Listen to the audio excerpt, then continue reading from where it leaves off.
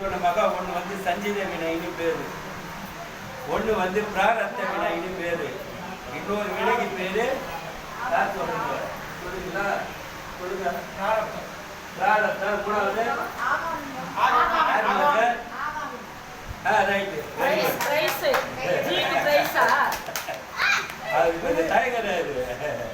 ஆகாமியம்னு பேரு. இந்த சஞ்சித வினைகள்லாம் என்னன்னு சொன்னோம்னாக்கா, நாம வந்து பல பிறவி எடுத்திருக்கோம். எத்தனை பிறவி? கணக்கே இல்லாம மாணிக்க சொல்றாரு பாரு.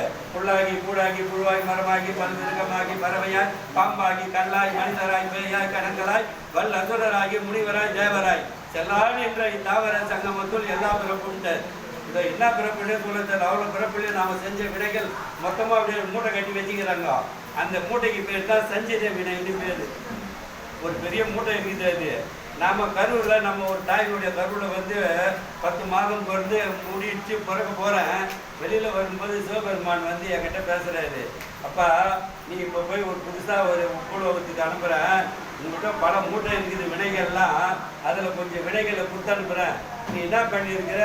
ஒரு 1000 நல்வினை செஞ்சிருக்கிற, ஒரு 10,000 தீவினை செஞ்சிருக்கிற, இதுல எவ்வளவு வினை வேணும் உனக்கு கேள்வி கொடுக்குறேன்றாரு. ஐயோ சாமி எனக்கு என்ன தெரியும், நீங்களா பார்த்து ஏதாவது கொடுத்து அனுப்புங்களா என்னன்னு சொல்லி நான் கேட்டோம்னா, சரி ஒரு 500 நல்வினை கொடுக்குறேன், ஒரு 1000 தீவினை கொடுக்குறேன். ஏன்னா அது எக்கச்சக்கமாக இருக்குது தீவினை. அதனால ஒரு 500 நல்வினை ஒரு 1000 தீவினையை கொடுத்து ஒன்று அனுப்புகிறேன், போய் உலகத்தில் போய் பெற அப்படின்றாரு. அந்த மூட்டையா இருக்கிற வினைக்கு பேருன்னா சஞ்சித வினைன்னு பேரு.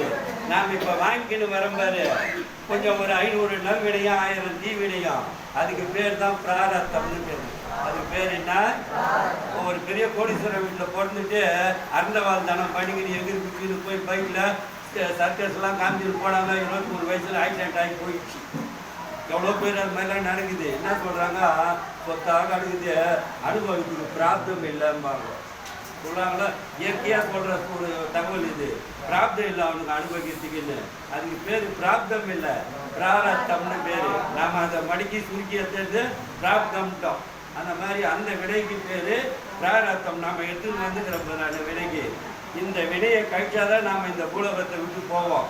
21 வயசுல போறாருன்னா அவர் வினை கழிஞ்சு போச்சுன்னு அர்த்தம் இருக்கு. அவருக்கு எத்தனை கொஞ்சம் வினையை காலி பண்ணிட்டாரு, இறைவன் இட்டு போயிட்டாரு. இன்னும் ஒண்ணுன்னா அதுல வந்து பலவிதமான மரணங்கள் இருக்கு. நோய்வாய்ப்பட்டு போய் போறது, ஒன்று வந்து அகால மரணம், எப்படின்னா ஆக்சிடென்ட் ஆகி போறது. துர்மரணம், அது நாமளே பண்ணிக்கிறதுக்கு பேரு துர்மரணம்னு பேரு. இந்த மாதிரி இந்த 3 விதமான மரணங்களை கொடுக்கக்கூடிய ஒரு இது எதுன்னு சொன்னோமாக்கா, அந்த நம்ம வாங்கிட்டு வந்திருந்த பிராரத்த வினை. இப்போ இந்த 3 மரணங்களும் அந்த இடத்துல போனோமாக்கா, இப்போ நான் ஒரு ஊரை சொல்ல போறேன் பாரு, திரிக்கொடிக்கான்னு பேரு. அந்த ஊர்ல போனோமாக்கா இந்த 3 வினைகளும் ஒளிமே பண்ணாது நம்மள. அந்த 3வது வினைக்கு இது பாரு. இப்போ நாம என்ன பண்றோம்? பிராரத்த வினை எடுத்துன்னு வந்தோம் பாரு, அதே வேலை செஞ்ச மாதிரி செய்யல, இன்னும் பாவத்தை மூட்டை காட்டுறோம். நம்ம இந்த பிறவில வந்து யாராவது நல்லதே செய்யணுமா? எங்கேயாவது ஒரு துணுக்கு செய்யறோம், இவ்வளோ திரும்ப கெட்டதே செய்யறோம். செய்ய செய்ய வினைகள் திரும்ப மூட்டை கட்டுது. அந்த வினைக்கு பேர் தான் ஆகாமியம்னு பேர். இந்த 3 வினைகளையும் தீர்க்கின்ற ஒரு இடம் எதுன்னு சொன்னோமாக்கா, அந்த திருக்கோடிக்கான்னு ஒரு ஊர். அது எங்க இருக்குன்னு சொன்னோமாக்கா, நரசிங்கன்பேட்டைன்னு ஒரு ஊர் இருக்கும். அந்த ஊருக்கு பக்கத்திலேயே இருக்குது கஞ்சனூர். யார் யார் போய்க்கிறீங்க? நவகிரகத்துல வெள்ளிக்கு சுக்கரனுக்கு இடம் கஞ்சனூர். கஞ்சனூர்ல இருந்து 3 கிலோமீட்டர் தூரத்துல இருக்க இந்த திரிக்கோடிக்கான்னு பேரு. திரினா எத்தனை? 3.